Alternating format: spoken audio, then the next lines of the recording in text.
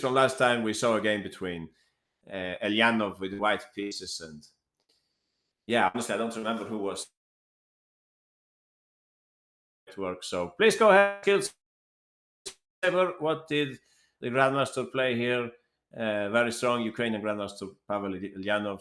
Rook a5. Why do we play that? Well, because we want to provoke some kind of weakness in Black's camp. Black has at least 3 different ways of defending against his threat. The worst one would be this one, right, Saber? This is a bad idea. You would win a pawn here, no?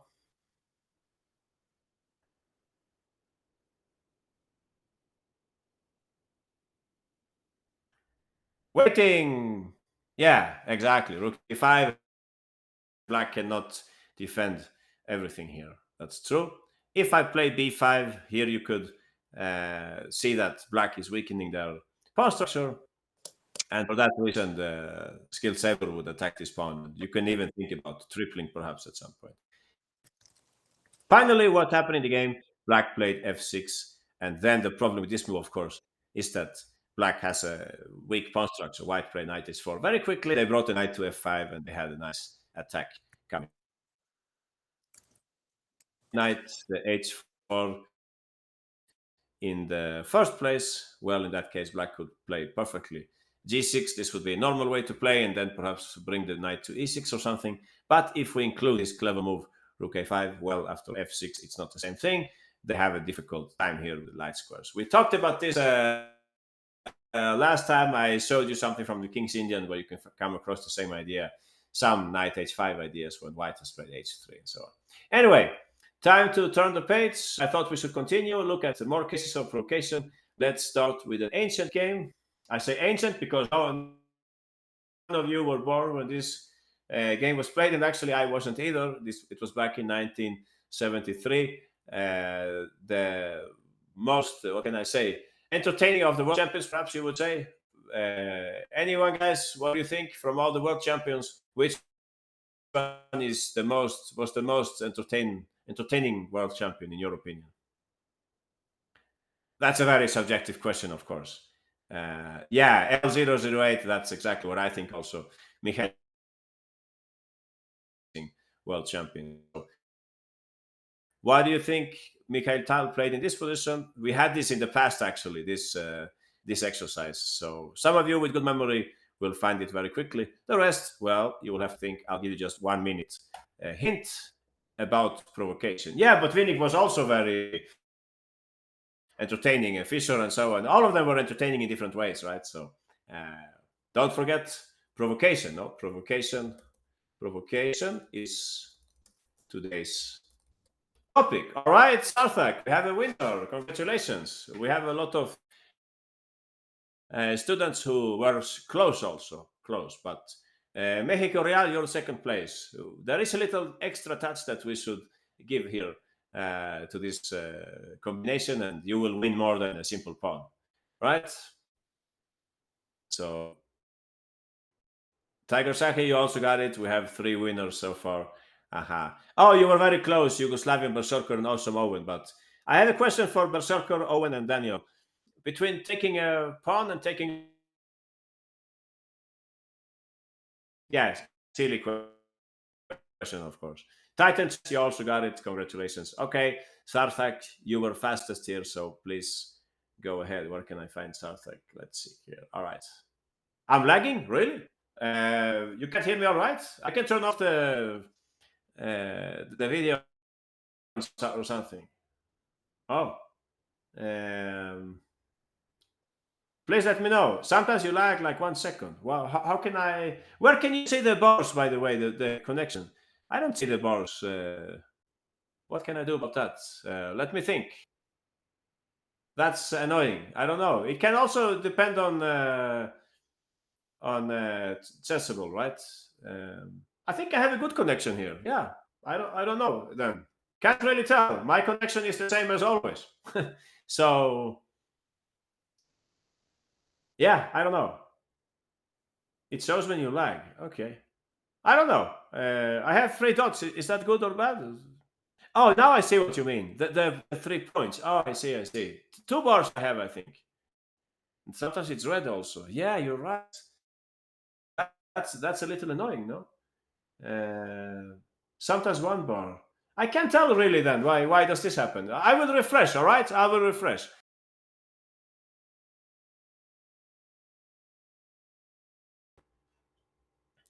All right. How many bars are there now? Yeah, thank you. Thanks. Nice to be here again. Um, how many bars are there? Bars coming up, or it's better? It's better. Okay, I don't know. Yeah, I don't understand this very well with internet connection. What I do understand is Mikhail Tal's combination. So please go ahead. Who was talking? It was Sarthak. No, where is Sarthak? I can't see him anymore. Here, yeah. All right, Sarthak. So please continue. Queen h5. I have to play g6 and queen f3. So why on earth did Mikhail Tal include the move g6? Why did he provoke g6? Well, obviously, if you play this at first, as some people were saying, black would have a chance to give away a pawn and maybe be able to save the game, right? The king could run this way, and hopefully, if black is fortunate, he can save the game. But if we play like Sarthak is saying, it's a different story. So please continue, Sarthak. I have to play this move, right, to prevent the mate. Please continue. Of course, now we can take.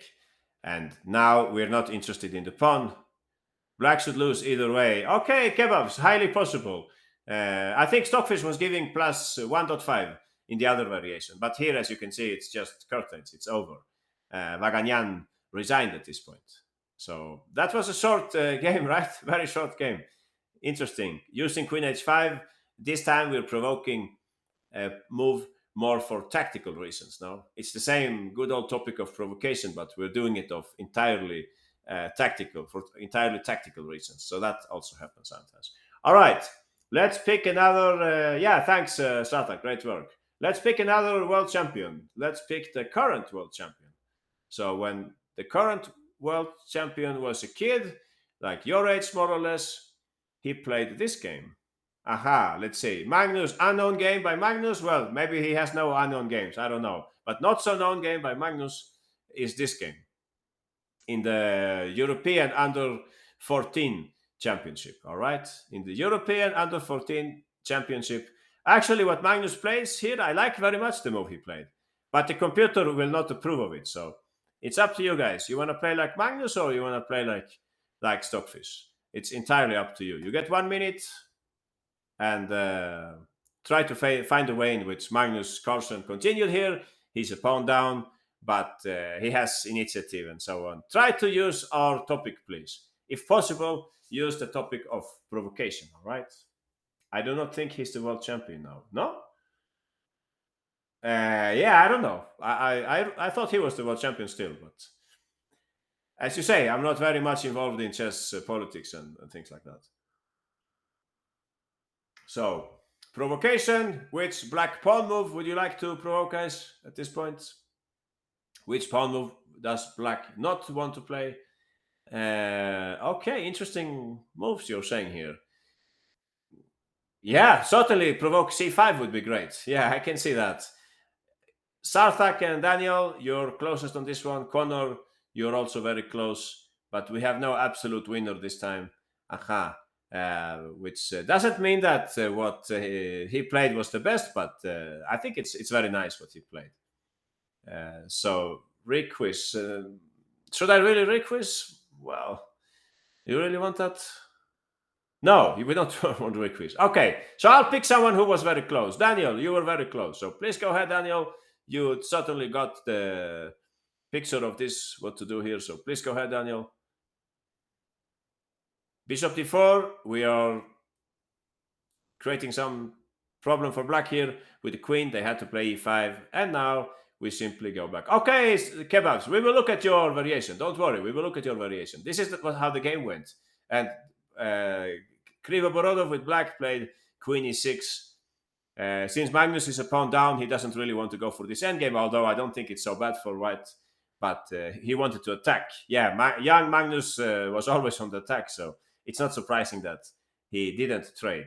He went for an attack. Yeah, I know. Sarthak and Daniel traded here, but Magnus didn't. Carlsen went for an attack here. Anyone? Oh, queen e2. Maybe, yeah, queen e2. I guess he will put his king on b7, maybe. Try to to develop and cover the weak squares. That's right, Kebabs and our KDK Connor, knight f5. That's what he played.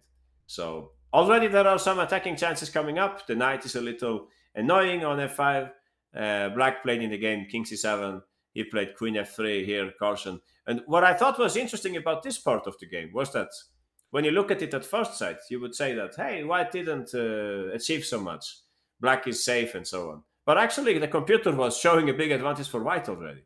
And I think it has to do something with the bishop and the knight. Somehow, even if you don't believe this, it seems the bishop is more powerful in this structure or something. The king is not safe here. This pawn is a little loose also. He played simply a4 and he started an attack on this side. Did I miss something? My leg was bleeding. Oh, sorry to hear that. So what is Coach Johan saying in chat? Yeah, I'm not saying so much. Well, I'm maybe talking all the time, but maybe you should get that audio fixed then. That's how the game went, and Black was having a hard time. So, yeah, what happened later in the game? He played f5, and that was b5, and now if e4, you can see that White has a strong attack. In the game, he played instead queen e6. Black, I mean, rook e1, and yeah. White was having a better game here. Black was in trouble. It's dangerous for them. Anything they play here, like c5, you can maybe play for a5 and open up the queen side and so on. So, yeah, exactly. Magnus provoked e5. The computer is actually giving Black a serious advantage in this. White a serious advantage in this position. It seems difficult for Black. Black had some better choices earlier on. I think the computer was asking for this move instead. So if you said that, congratulations. You have played like Stockfish instead. Fixing pawns and so on, but I like White's choice. I think it puts more pressure on Black. Now we had other options here. Some people were saying, yeah, what move were you saying? I don't remember anymore. Queen e4 were you saying, right? Queen e4 touching this pawn. So if White didn't play like that, I guess king c7, and then you can again provoke it, right, with bishop e4. Yeah, why didn't he play like that? Good point. I don't know either. Why didn't he play like that? e5, I guess. What else can I play? Now knight h5 is a little unpleasant. Right? This is slightly unpleasant. I will have to give back a pawn maybe here. Not so nice. No, not so nice. Queen g6 maybe. But I'm getting a bad feeling for White already, for Black already in this position. Yeah. Interesting. Queen e4. Yeah, maybe knight b8 then. Can I play this very passive move? Try to protect this pawn and get traded the pieces. I think that's what I'm going to play. Okay, we're coming. So, fine. Thanks. Those of you who said queen e4, my argument is knight b8. Okay. Kebabs and others were saying queen c4. Okay, I'll try to play the same move. Please go ahead, guys. What's next now? b5. All right. Can I take this pawn, or it's how do you say, poisoned? Is this pawn poisoned? I'm usually not very happy about taking such pawns, but I think I should ask you in any case. Poisoned. All right. If you say so. So show me the poison, please. Where is the poison here? Knight e4 is interesting. Yeah, knight e4 could be played, but yeah. Do I really believe in this? Maybe. What to play with Black here? Not so clear, no? Not so clear what's going on here. f5, I cannot play f5, right? That's the first move I saw, but it's not a good idea at this point.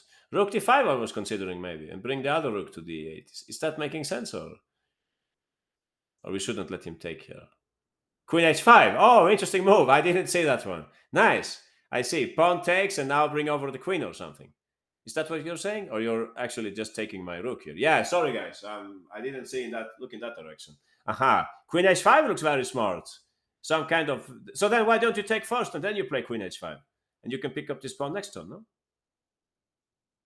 Yeah. Interesting.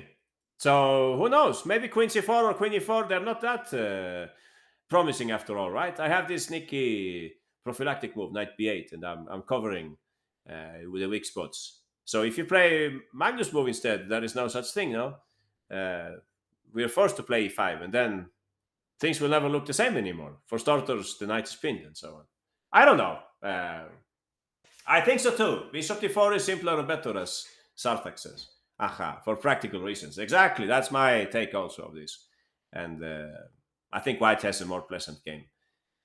At least it helped Magnus to win this game in the under 14 championship, European championship, many years ago. Okay, time to move on. Okay, time to move on. Let's see what we have prepared for today. I wanted to show you another game. Speaking about the European Championship, recently the individual European Championship was held in, I think it was in Montenegro, maybe somewhere in the former Yugoslavia, and I saw this game, which I thought was very interesting. So many good games in that tournament, by the way. European Championship, that's really a fantastic tournament. So many strong players gathered there. One of the games was this one. You have an English opening. You can see with the white pieces Stefansson. There are more than one. There is more than one grandmaster from Finland. From Iceland with that last name. This is Vignir Vatnar Stefansson, and black Hovhannisyan. Those of you who are good with last names, you know, of course, from which country is Hovhannisyan, right? In which country do the last names end with Yan usually? Yeah, that's right, kebabs. Armenia, for sure. Petrosyan is just one example. Aronyan, another one, and we have many more. All right, fantastic chess country, by the way, Armenia. So in this position, white has just played, I think, queen c2. I think the queen just retreated to c2. Some English opening with early confrontation. There were trades in the center, or Catalan maybe it is actually. And you can see that white is basically planning here to castle, bring out the pieces, and yeah, normal Catalan play, you could say. But Hovhannisyan with the black pieces noticed a very smart way of grabbing the initiative. And that's what I like you to look for. How can black actually seize the initiative here to some extent using the idea of provocation? All right? That's your mission, guys. I'll give you 1 minute for this mission. So, black to play and seize the initiative. White is slightly lagging in development, and you can find a way to take advantage of that. It's a little connected to provocation. And I will give you a hint also. We talked a lot about provocation last time and today, but we haven't talked about one piece which can also carry out the provocation. Think about which piece has not been responsible of the provocation so much so far. Which piece do you think I'm talking about? How can we use that piece to provoke a weakness in white's camp? Okay, I see a lot of interesting moves here, but nobody has played in the footsteps of the Armenian grandmaster. But okay, we still have some time. Else, maybe I will requiz. Oh, nice move by Charles L. 206 Kugel Chess and RKDK. That's a very nice move. Yeah, he didn't play that though. Maybe because he cannot fulfill the rook lift to h6, no? Okay, let's see what we have here. Yeah, I will requiz. Let me just speak a little about... Yeah, we don't have either... No one got the first move here. Interesting. So, very, very quickly, some of you said rook a6. I really like this idea, of course. What a pity that we cannot use the square on h6. But else you're, of course, right. This would be a nice move to like speed up the activation of the rook. But let me just say that there is something better. One problem maybe with this move is that if you later go c6, the rook will be cut off. So you will have to put it somewhere around there. I don't know. Interesting plan. Yeah, certainly half a point if you said rook a6. Some people said bishop g4. That's indeed a provocation move. You would like white to play e3 to create a weakness on d3.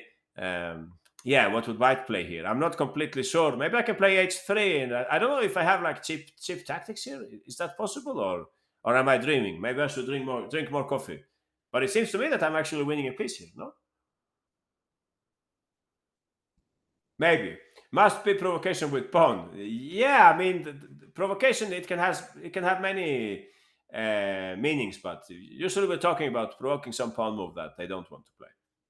Yeah, queen d5 is well intended, but it's hanging now. So yeah, I don't think you can play that. So bishop d4, very interesting, typical move. Botvinnik used to play this move in such Maroczy structures, but he would take with e takes d4 and then play bishop d4 to provoke f3 from his opponents, things like that. But maybe not here. It's not so powerful.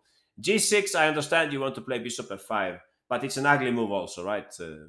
In that case, I will probably play e4, and I don't think you should play g6 here due to the structure and so on. And we had some other moves. a4, very solid positional choice. Certainly half a point if you said a4. That's a nice move to fix a weakness and so on. So yeah, after all, this is strategy. We cannot say that there is only one solution. There can be different solutions in this position. So yeah, we had some other moves here also proposed, but I think we will actually requiz. So think about which piece we have not used so far in the. Yeah, I understand. Can King Sam a4 to put the bishop on b3. I understand. Think about which piece we have not used so much so far in our provocation measures and see how you can use it in a smart way. All right. Take your time. Take your time. All right. Take your time. Very nice move by the grandmaster. You could say like a non-typical move, not something you would see on every day. What he played here, very very nice. And the computer likes it, by the way. Yeah, and the engine definitely approves of his choice. Okay, I'm sorry, I don't have a single winner here so far. Yeah, Owen, you got the first move. Congratulations. Alg, you're very, very close. All right, Alg. It's just that you would like to trade the bishop instead of the knight instead of the bishop. But else, we should probably consider that Alg is the winner here. But okay, we'll wait a few more seconds. Alg has noticed what this is about. Interesting move, h5. I like it. If you play h5, maybe I will play h4 then. But then you could play bishop d4. I get the point. Interesting. Yeah, if you say the h5, you can also get half a point. No problem. We had some winners here. Alg, Kugel Chess, and I Like Kebabs. You got extremely close on this one. Can King Sam, also very, very close. So, all right, Can King Sam. Yeah, you can take it from here, all right? You can let us know how to continue with black. You could say, that's a strange move. Why on earth does he move the knight again? From all black's pieces, this is the most active piece. Why are we moving it again? Well, it turns out that something with white's position is not completely stable. No, they don't have control of this square, for example. And just here, the queen is on c2. You can easily see that if I just castle, for example, Can King Sam, what might happen in that case? I knew it, says Sarthak. Yeah, but if you knew it, you should have played it, right? Queen d1, and now we talked about the weakness here. Yeah, Botvinnik style, bishop g4. All right, that looks interesting. Maybe I can go knight c3 here. I don't know if you have there's something going on here. Else, there was another weakness I was thinking of. b5, yeah, very enterprising exchange sacrifice. Yeah, looks a little reckless to me, but it's possible probably. Else, if you want to play it in a simpler way, you can play like Titan Chess is saying. Aha, bishop e6 or a4. I would go for bishop e6 though, because it comes with two ideas, right? Two ideas in one. So that looks kind of nice. So yeah, black is definitely in charge here in this position. White cannot play like that. The other question is, of course, e3. If that's having any dark sides, what do you think, Kite King Sam? Any dark side to e3? Yeah, very obvious question. No, very obvious. Aha, bad light squares. That's right. Anyone? How would you benefit from that? Weakens the light squares. That's correct. Many pawns on dark squares now. We have only one light square bishop, so it's difficult to keep all of them. Michael says a4. Alex says bishop d4. Sarthak says knight e5. I think I am with Sarthak on this one. Yeah, bishop d4, very interesting. Maybe I can play knight c3. And then you can play the move knight e5. All right, fair enough. This looks extremely promising also. Else you could play it straight away, right? Knight e5, threatening this move, and white will have to castle. And, yeah, I don't know. Maybe you can play the same move again. Bishop d4 looks very nice to me. Or c6 if you're a very cautious nature and you don't want to give up that pawn. And even the queen move might be interesting, no? So I think black is considerably better here. It's not like a typical English that white has achieved here. I think white is under pressure here. So yeah, maybe knight e4. I'm with you, Sam. Maybe that's also a good idea. So anyway, ugly move e3. You can't play like that. And definitely just by chance, if you thought about this move, bishop takes c6, please think again. We cannot play like that with white. It's too much. It's too good to be true. Please don't take such pawns. It's a big favor to black if you play like that. Black could play in many ways. For example, maybe bishop h3, but I think I can find a better diagonal for that bishop, no? I think I know which diagonal I would like to use with my. Yeah, exactly. South Rook B8 looks very promising. Bishop there. So on. So black is basically better on the whole board here. So yeah, definitely knight takes e6. I hope nobody seriously thought about that move for white because it's just a positional surrender if you play that. So knight c6, very strong move by the Armenian grandmaster. White played in the game. By the way, if you said h5, consider yourself winners of half a point. That's a very nice move also. But it would be even nicer if you had the rook still on h8, right? Then it would be even nicer. But still, it's okay. You have it in many English structures and so on. But knight c6 is played in the game. There came bishop c3. Back to King Sam. You still have the move, right? Please go ahead, Sam. Knight e4. The knight is coming to b5. That's right. White played queen d1. There was knight b5 fighting against his bishop. If bishop d2, what would you play here, Sam? Exactly, bishop f6, and we're lining up against his pawn. Or a4 also, very interesting, of course. Funny knight, no, funny knight. You can see some kind of knight's dance in this game. The knight, let's see how it goes.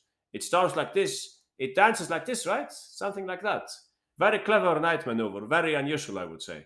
But it makes perfect sense in this case. So in the end, white said, all right, I'm positionally overplayed here. Let's just play chess, and he castled. But then black got the upper hand here. Black just took and he played c6, and later on he played for this plan. Very, very interesting game. You can look at this later if you like. You have the names there. Stefansson with white, Hovhannisyan with the black pieces. Queen b3, rook a6. That's what I would say modern chess. Somebody said rook a6 at the very beginning today, right? But not exactly with this idea. But actually what he's doing here, he's pushing the pawn majority in an unexpected way. So this is not the kind of English that white wanted. You can see black has the bishop pair. It's a fairly open position, so it's good to have the two bishops. The game went like this. We don't have to look too carefully into it, right? But somehow this worked out very well for black. There came later bishop e6 and c5, and yeah, black went on to win. Yeah, black won the game. That's right. So please check the game later if you like from the European Championship. Very, very many interesting games, I mean, from that tournament. All right, time to move on. Let's see something from the United States of America. The next game was played in the St. Louis Summer Tournament. I guess some of you guys have played there at St. Louis. Here we have a game with the young star Christopher Yu playing with the white pieces against Guillermo Vasquez with pieces. Okay, we have some background noise here. You're playing with the white pieces. This is a Caro-Kann, which didn't go that well for white, I think. But Christopher, you noticed how to neutralize the situation here and get a decent position. So white to play, try to keep the balance here, all right? White to play and keep the balance, okay? Not asking for any forced mates or something. I just want you to keep the strategical balance in this position. Caro-Kann, which didn't go exactly white's way. Okay, Adi Chess, that's not bad what you said. I can think of a more active square for the queen, but no problem. King Sam, I wouldn't play like that. Kebabs, you got the solution there. Congratulations. Titan Chess, you're the second winner. Daniel Best, third winner. Do we have any more winners? Some of you are close, but I think actually these four moves, we should play exactly those four moves. Alg, you also got it. Great work. L008, Mexico Real. So I'm happy that some people found this. You can see, again, I'm saying this for the third and last time, the Caro-Kann didn't go so well for white. They had to play c5, and they don't have a knight to profit from this anymore. So the more pieces they leave the board, the better for black in the Caro-Kann structure. Generally, you could say that also if black is able to like bring in the rook and put pressure on this pawn, it will be a nightmare for white. So white understands that at this point it's time to change the nature of the position. So let's see what Kebabs has to say about this. Please go ahead, Kebabs. What did white play? Rook g3, of course, it's time to make revolution. That's what Dorfman said in his book. Maybe you should check this book. Dorfman, the method, I will post it here in the chat. Those of you who haven't read that book, The Method. Dorfman speaks a lot about this revolution and evolution. In some positions, one side should evolve. Like here, black would like to evolve. If white just plays some random move, like let's say rook d1, black would play rook f5. They will then put the rook here. They will put the rook there, simply improving the position slowly and slowly. On the other hand, the other side would like to revolve. No, so that's what happens here. Kebab's played rook g3, threatening mating 1. I have to push the pawn. There is rook f4 coming up, so white's next move is very evident, right? Aha, we cannot make this stay this way. We have to take now or never. It's en passant, and now black had to take back. And we should put our queen on an active post. This is a good square because we're looking at d8 rook, maybe just in case, and also we're eyeing the pawn on h6. After rook takes d3, we have a choice between taking with queen or pawn. But again, since we have this bad weakness on d4, we should definitely keep the queens here. So don't take with the queen, please. In that case, actually black wins a pawn, right? Anyone? You're speaking about how tall you are. Well, please get back to the chessboard, guys. Rook d8, exactly. And if I play rook d1, Sarthak, you play e5. Correct. Yeah, thanks. Finally, somebody's speaking about chess and not about how tall you are. So f takes d3, that's right. We should keep the queens on. You could say in one way that white's pawn structure has deteriorated, but I wouldn't put it that way because also black's king is weak and so on. Yeah, the rest of the game is not that interesting. Later on, black offered the trade of queens. White, of course, said no. Yeah, they didn't take the pawn because they didn't want to give black that pawn. And yeah, the queen is very strong in the center. So he played queen f4 and rook c8. And then Christopher, you played rook f1 here, I think, or rook e1. Yeah, rook f1 or rook e1, both moves were possible. I think he played rook e1. And white had a decent game. The game was later drawn. Yeah, it's okay that you ask who wins. And of course, everybody would like to know. It's like you're watching a movie and you would like to know how it finishes. Of course, I understand. So yeah, this game was drawn. They traded queens later on, and it ended in a draw. But it was very important, in my opinion, to play rook g3. We should really try to provoke this weakening. It's not like playing for mate, really. It's about distracting black a little from their intended attack at the d4 pawn. Dorfman would say, revolution time, we have to spice up the game somehow, change the logics of the game, create some new things to play for, like black's weak king and so on. So yeah, that's provocation from a more defensive perspective. All right, let's pick another game by an American player. This is a game by Gatakamsky. Let's see if I can get this right. Gatakamsky was playing a game in the Bundesliga a few years ago, and he ended up like this. Black has just played, I think, the move rook c7. Maybe you have seen this before. I think we had it on USCS at some time ago. Kamsky found a very precise way of playing here. I would like to see if you can find it, okay? I'll give you just 1 minute. Don't forget, guys, we're talking provocation here, okay? So take your time, take your time. What would you like to provoke here? Maybe the move that you want to provoke, it's not the move that you would think of initially. I mean, the move that you want black to play. I can give you a hint also, because I can see nobody is getting it. Question: who is benefited from? Well, how can I put this in a good way? Who is favored by the position opening, and who is favored by the position remaining rather closed?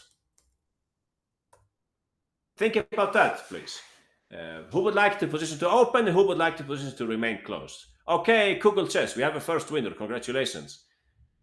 Google Chess has walked in the footsteps of American Grandmaster Gatakamsky. Okay, we would almost requiz. Okay, we have some other winners also who got the first move. If you found the first move like Awesome Owen and Michael Alg, you can consider yourself half winners. But Google Chess found the second move also. So please go ahead, Google. What did you notice here? Queen g3. Okay, the move itself, it's not difficult to see it. But why is it so strong? Well, we can understand that if you look at the other moves that white could play. Somebody said knight c4, for example, which is, I would say, a very intuitive move. Knight c4 is very intuitive because we would like, at first sight, black to clarify the situation in the center. We would love them to play d5 and we could put the knight on d6 and so on, right? The problem is that's why I asked you I gave you the hint. Black wants to open up the game. They don't want to close it. Black wants to open. So he will take and he will put his queen somewhere. Let's say on g5 or h4. Maybe on, let's toss a coin here. Okay, let's put it on g5. I don't think this is so clear, this position. Black is hitting the pawn on c5. Probably white will have to sack it and push a pawn like that. But still, it's a complex battle here. I mean, I cannot calculate this exactly. Oh, it wins, really? Wins. Okay, we have an opinion here. Titan says that this wins. Please go ahead, Titan says. Why does this win? White is better. I can maybe agree on that, but I don't think it's winning. I have a clear plan here of improving my pieces. Maybe I have queen d5 also. Yeah, you think white is better because you look a little superficially at this position. You're saying, okay, I have a passed pawn protected by a knight on the protected square, but actually black is a pawn up, and I'm waiting for you to tell me how would white continue. Maybe knight e6. All right, knight e6, I'll have to play rook b8. Now I should try to trade off the knight, right? White needs to play precise. Yeah, probably. Okay, maybe you're right. I'm not a computer. This might perfectly be an advantage for white. Maybe you have some smart plan here. Rook d6 perhaps, also possible. Maybe I should adjust my move then. Maybe I shouldn't play queen g5. I wonder if it makes a difference if I go somewhere else. Queen h4, would that make any sense? Not really, no. Queen e7. I can also play queen e7. Is that making sense? I like the move queen g5. Honestly, I think that's the best move. I think I should play it. You played c6. Yeah, I think I would play it exactly the same way. Yeah, even if it looks a little ugly, but I would play that. Queen c5 is another move that I can toy with, at some point. So, not clear to me. Not clear to me that black is so bad here. So, anyway, let's continue. Knight c4 moves like that will probably let black take on c5 and bring out the queen, and they have some pressure on these pawns. We had all kind of moves here. Knight c4 was the most popular one. d5, some people were saying. That's a very, what can I say, drastic move. I can probably take it, and I think I'm hitting the knight also. So not convinced by this move, honestly. Pawn on the 7th rank is usually victory. I agree. That's a good point. So, other moves. Somebody said f4, for example. Okay, I'll take it without thinking, and I'll bring out my queen somewhere. I don't know. Queen here maybe, touching this pawn and so on. So that's not completely convincing in my opinion. Yeah, sure, knight e5, I can play queen takes c5 with check, right? So back to, who was talking? Back to Kugel. Kugel played queen g3. So the big difference here is, of course, that I cannot take anymore on c5. What would happen in that case, Kugel says? Please go ahead. Of course, we take. Now I must protect the rook, but no matter how I do it, I end up losing the exchange. For example, queen e7 fails to, well, not exchange, but I lose material, right? Yeah, knight e5, and it's game over. So black had to play. Unfortunately, this move is, this pawn is threatened. I mean, white's about to take it. So black had to play d5. Queen b8 is not advisable either, because as you can see, there is another fork coming up in that case. So black had to play d5, and white simply picked up this pawn now, right? Please go ahead, Google Chess, queen c3. That's exactly what Gatakamsky played, took the pawn, and brought home the game without much difficulty. He was enormously favored by black closing the game, as you can see. Black is now completely deprived of counterplay. It's very difficult for black to create counterplay. If queen h4, you can maybe just play g3, and you can maybe pick up this pawn later. e5 is out of the question because the pawn is always hanging and so on. So, I hope you're convinced by this example. Queen g3, trying to provoke the move d5. There might be other options. We had this very interesting variation with knight c4, which some people were claiming that it was winning for white. I agree that it looks very tempting, but I don't find it as clear-cut as Kamsky's choice. I think this was much nicer what he played with queen d3. Queen a3, by the way. If you play queen a3 on move 1, I would again take. I would again take, and I would again play my favorite move here, queen g5. Is that's your point? Somebody said this. Who was proposing this? Michael maybe was saying this. Who was saying this? Yeah. What was your point here, Michael? What did you want to play? Knight there, maybe. Yeah, maybe. I don't know what's going on here. Knight e7, rook d8, perhaps. Tactic battle here, tactical battle. Don't know what's going on. Maybe it's good for white. Yeah, possibly. But it's a little less secure than the other variation. So, yeah, I will stick to Kamsky's choice here. Very clever move, queen g3. All right, let's continue. Let's take another game from the European Championship that we were talking about, which finished just a few weeks ago. So let's see if I can get this right. In this game, Black got the opening. Something went wrong in the opening for Black. If I ask you which opening is this, what would you say? What opening do you think this is? Anyone? King's Indian. It cannot be King's Indian because there is a pawn on c2 still, right? So Pirk, yeah, maybe Pirk, but in the case of the Pirk, something is still weird in this position. But maybe I think Pirk is the closest. Some kind of ugly Philidor. Yeah, that's what I would say also. The problem is that when you play the Philidor, usually, well, I will talk about that later. I will bring up the quiz instead. So white to play and get the huge advantage. All right, you get only 1 minute for this. It's not very difficult. Yeah, something like that, Titan. We will talk about that. All right, we'll talk about that. So white to play, try to find a way in which you can provoke a weakness, not necessarily on move 1. Maybe you can do it later. But the grandmaster here, Bernatsky, found a nice way of provoking weaknesses in Black's camp. Okay? Hint, think of a pawn move that Black would not like to play. Think of an unwanted, undesirable pawn move. Undesirable pawn move for Black. Okay? From all the pawn moves, which pawn move do you think Black would just hate to play here?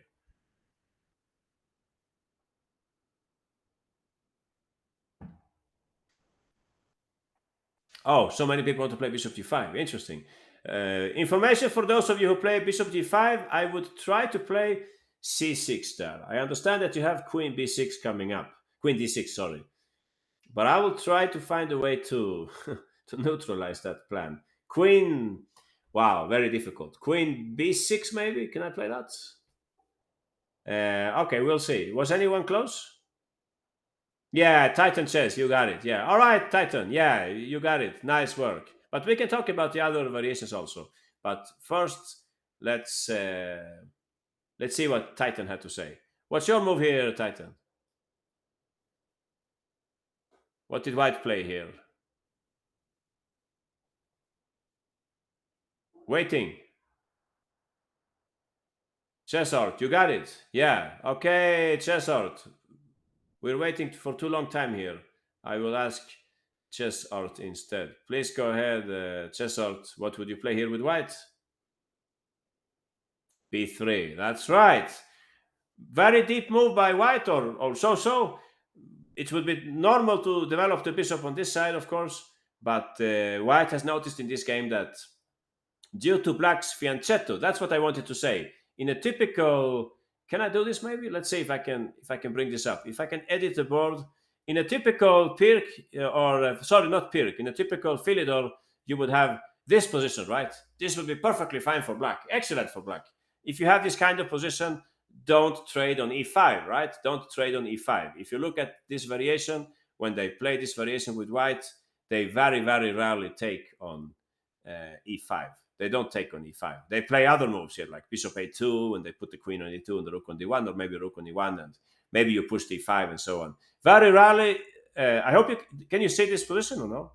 I hope you can see this position, right? If Black plays some move like h6 here, you should never take like this because you give Black this square for free and so on. Bad choice, unless you have something rapid, some fast plan coming up like knight f5. Okay. So having seen that, we understand that this would be great for Black. This kind of position with the bishop on e7. But in our game, on the other hand, if we go back to our game now, well, sorry, give me just one moment. Where can I find here? Right here it is. Yeah, you can see that the bishop is badly placed on g7. It should have been on e7. So that's why Chessart's move is so strong. b3. We're going to play bishop a3. And since black has a problem with the f7 pawn, they cannot just play. If I just play something like c6 here, Chessart, what would happen? Yeah, very simple. Exactly. Bishop a3. Black tries to play normal moves, and they get completely destroyed here. It's time to resign after white's next move here. It's time to say goodbye.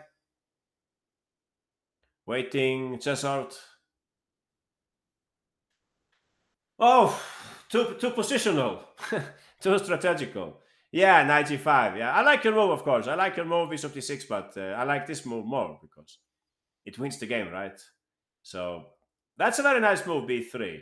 b3 to play bishop a3. In the game, they played knight h5, and the white continue with the same medicine here, bishop a3, and there you have the provocation that I was talking about from all black's pawn moves. One that they will definitely not like to play here is the move c5. That's, yeah, it must have hurt him enormously when he played this move. Poor Kraus in this game. This is just, I mean, even if you have like a radical view on pawn structure and so on, this just hurts the eye now, this kind of pawn structure. So yeah, that's how the game went. And I think here Kebabs, no, it was not Kebab, it was Titan chess. Titan said queen d6, which is very nice, of course. But in the game, I think the grandmaster played in a stronger way. Who wants to reach the d6 square anywhere? Exactly, Chessor. They played knight b5 and they brought the knight. Yeah, this was just a complete disaster. The computer was also screaming that this is almost game over. Very difficult to play this position. The move c5 was definitely not in black's plans. That pawn should always stay on c6, which brings us to your other choice here. Yeah, so we can probably agree that this is the best way to go with white. It gives almost a winning advantage, posting the bishop on this side, trying to attack or at least provoke the move c5. If you play bishop g5, so I wanted to talk very quickly about that. If you play in that way, I was hoping I could save black here, but maybe that's not possible. So c6 would be my first move here, of course. In my dreams, I play queen c7 and I put my knight on c5. So I suppose that you will play queen d6 here. Else, this would not make sense. So can I survive here with black or I cannot survive? I wanted to play queen b6 here. No, I don't think. Well, it's tricky. Now there are some tricks like knight d8 and things like that. Anyone has an opinion on this, or it's not relevant? Maybe. Can black survive, or maybe not? I'm not sure. I wanted to play queen c5 next turn if I can. If you play b3, I wanted to play queen c5. I thought it would be good for me to trade pieces and so on. So yeah, maybe this gives black better chances. I'm not completely convinced though. I feel like there is something for white here, but maybe black can hang on in this position. So that would be the argument here. If you play something like bishop e3 or bishop d5, you give me a chance to somehow improve my position slowly. While if you play this move b3, there is no such thing because there is already very, very strong threat. So in the end, think carefully, please, about how you would like to develop your pieces, where to have this or that piece on the board, and so on. All right, let's pick another example. Let's see another. We're back to Armenia. Let's see another Armenian grandmaster with black pieces. Let's go to an English structure. You're playing with the black pieces here in this English structure. Try to find the best way to continue with black. I don't think this will be very difficult for you. So yeah, you can do this very quickly. All right, 1 minute. Black to play and get an advantage. Okay.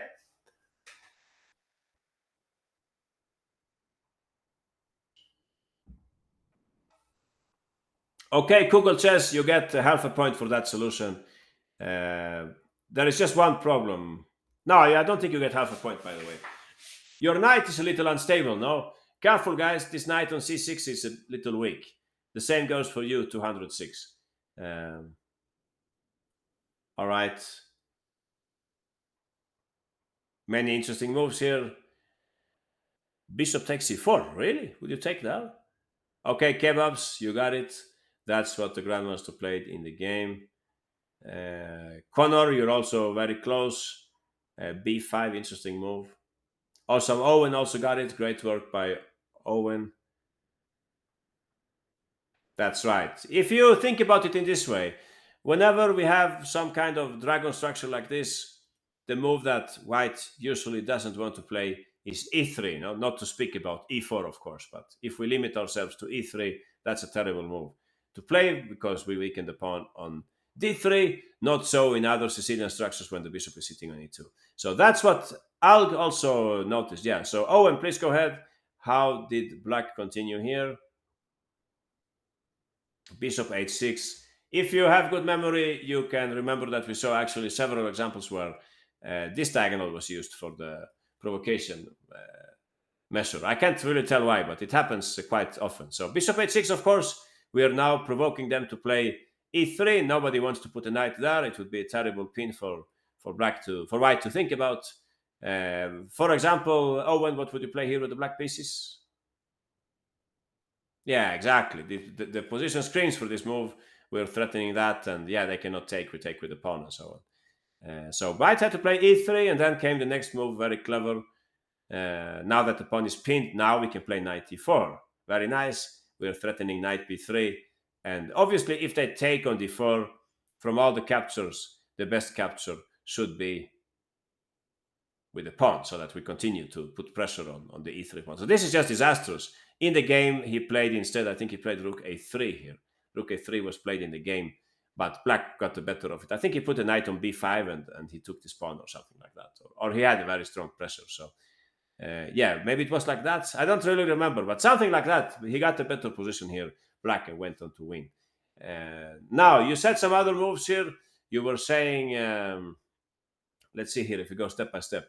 Knight d4 was proposed. Yeah, so that would be like a typical move here. If you play knight d4, I guess I'll take once. And yeah, I guess I'll take twice also. I'm not an expert on these Maroczy structures, but I think that's what I would play here. I'm happy to bring off those pieces from the board, right?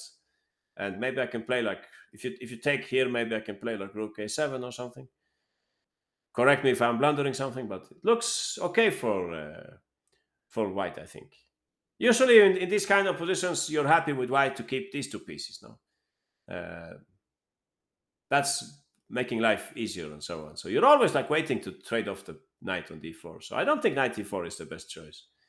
I like this for white. Yeah, I think it's acceptable for white at least. Yeah, then you said some other moves here. Bishop h6, e3. We had some other moves. Somebody said bishop takes e4, but then I can take with the rook and I'm hitting the knight on c6. Others said e4, but then I can probably take on e4 and I don't see any tactical problem for white here. So, yeah, I think unless you have anything else to say, I think we understood this one, right? We understood this one. It was a very strong move here, knight d4, with that knight so that we avoid any further pressure on that side of the board. That's what they played there. All right. Let's bring up something else here. Let's see a game of one of my countrymen. Okay, trivia. Who is the strongest Swedish player? Who is the number one by wide margin on the Swedish rating list? Ulf Andersson? No, not anymore. He was, of course, yeah, but now he's retired, so he's not playing so much anymore. Bent Larsen is Danish, so that's not a good answer. Hellers, yeah, he was number one, I think. Roger Federer, yeah, that's two mistakes. It's another sport and it's another country, right? Sweden and Switzerland is not the same country. Yeah, right. Niels Gandelius, that's number one. He had this position. Unfortunately, he's on the wrong side of this game, but it's very interesting, this game. So I thought we could look at it anyway, even if Sweden actually ends up losing in this case. So we have the white pieces, Niels Gandelius, and playing black is Duda. Yeah, very well-known grandmaster from Poland, of course. Let's see if you can find this way to play with black here. Be a little careful, guys. There are some tricks on the way. Let's see if you can find the best way to continue with the black pieces. You get 1 minute for this mission. All right. No, I'm far away from that list. I don't belong there anymore. I don't play so much. But yeah, I keep an eye on Swedish chess, of course. It's always interesting to see what's going on. Speaking about which, what's going on here, Benjamin? You got the first move, but careful! You ran into my devilish trap here on move 2. The same goes for you, Michael, and 206. You have forgotten about a little tactical resource for white here. Sarthak, you're the first winner. Congratulations. Connor, second winner. L008, third winner. That's exactly what Duda played in this game. Tiger Saki, you're the fourth winner. Congratulations. Skilled Saber, fifth. GM, sixth, and so on. Nice. I think you're getting to grips with this topic of provocation, no? Everybody seems to understand it now. Yugoslavia Berserker, you also got it. We have a long list of people losing their queen. Yeah. Those of you who played Bishop H4 on move 2, bad news for you. You will lose your queen. So, Connor, please go ahead, Connor. This is the last example for today. Please help us, Connor, to find the right way for black to go here. Bishop G5. Very nice move. You should see this pattern. Always, when you play a game like that, of course, if the F pawn was not around, this move would win the exchange. But apart from that, you should always keep your eye on such a move and think, do I benefit somehow from provoking F4? Does it help me in some way? Maybe yes, maybe no, but you should at least make yourself that question if it might be helpful for you. So that's what Duda did here probably, and he established that, yes, certainly, Bishop G5, if I can make white play F4, it's not good for white because it's weakening their pawn structure. And what happened after that? Exactly, Connor, that's right. There was a reason why the bishop went to D8. So why didn't the bishop go to H4 as Benjamin, Michael, 206, Daniel, Kugel, Alg, and Pikachu wanted to play? Yeah, that's right, Michael. We have knight C6 here. So please be careful, guys. They are also playing in the game. We're not alone in this game. White is also playing. They also have a right to attack and so on. They win the queen here, as you can see. We would have to play something like that, but it would be rather grim to play this. White could play for an attack and so on. So that would be, yeah, very sad if that happens. So Bishop D5, that's the right move. By the way, I hope you noticed that knight C6, it's not exactly working on this occasion, right? What would happen in that case? Well, from 3 captures, we can quickly establish that the right capture, exactly, Kugel says we take with the queen, of course. We win material because also white's queen is hanging. So Bishop G5 was played in the game, F4 and Bishop D8, so that our bishop protects the queen. But not only that, Black has 2 interesting ideas here in this position. White played in the game King H1, quickly getting off the diagonal. It's your move, Connor. Of course, invasion. We talked about infiltration on another occasion. We talked about how we can exploit an opponent's space advantage. You can see that here also, right? White's typical of the French. They are having more space, but also that leaves quite some weaknesses in their camp. The dark squared bishop is usually a good piece in the French for white because it kind of stabilizes the position. Now there is no such piece around. Rook G3, Queen D2, and the next move. Anyone in for a backward move here? Could you tell me a good backward move for black? Backwards move?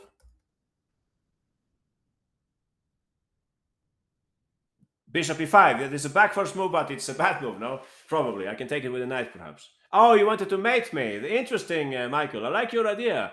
That's very sharp tactical vision. Look what I fell into. Aha. That's why I don't belong on the Swedish list anymore. I blundered this mate. But I can probably take with the bishop, Michael, right? I can take with the bishop, and if you take there, I guess I can play something like queen c3, and not sure if your attack is, well, I don't know, actually. Not clear. I think I'm not convinced by this. Queen c8, you can put something here, but I don't see how it really works. Yeah, rook g3, I understand. Yeah, I understand. Maybe you can play that. Okay, I play like this, and now it's getting hot here. Yeah, you're mating me, or I'm trying to mate you. Yeah, I don't know, guys. You're faster with tactics. What will you play here? Knight c6, queen takes c6, and we're getting mated here. Wow. Oh, terrible. So I messed it up somehow, right? I messed it up here in some way. Queen c5 would be like the last exit here. Or is there anything better? Rook c3 works. Well, actually, queen c3, I like my move, queen c3, but okay. We have a comment here. What did you say here? Rook g3. Oh, it's actually this is the position. Sorry, wrong position. Queen c5. You can't play queen c5. No, you're getting mated, or what am I missing? Or you play queen. Are you saying you check me and you play rook c3? Is that so? No, but then I can take on d4, right? I think yeah, exactly. Queen takes d4 and white is busted. So this cannot be true, of course. Interesting idea, Michael. You wanted to play a backward move and you found one here. Interesting. Yeah, what would I play? Let's check again. Okay, I take, you take. I don't believe in this, but we have to be very disciplined here to find a way to play with white. Maybe I should go back with the bishop. Is that so? Maybe go back with the bishop. Maybe no. That looks like decent try. Rook c3 next turn, trying to fight against that mating idea. No. Bishop d7, interesting move. Yeah, offering the queen. I don't know. I think I like this move more if I can choose that one. So interesting idea by rook f2, queen a6. I have no idea honestly. What are we looking at here? This and that and this. Queen a6. It cannot be here, right? Queen a6, or in another position. Okay, rook f2 was proposed here, but I don't believe in this anymore. Skilled saber. I would play queen e3 maybe. Oh, you want to take in that case? Wow. Rook g1 maybe. Can that be an idea to trade off that piece? Maybe the attacking piece. Yeah, I don't think this is so reasonable for black. So back to business here. Let's see very quickly what happened in the game. What was the backward move that black played? Anyone?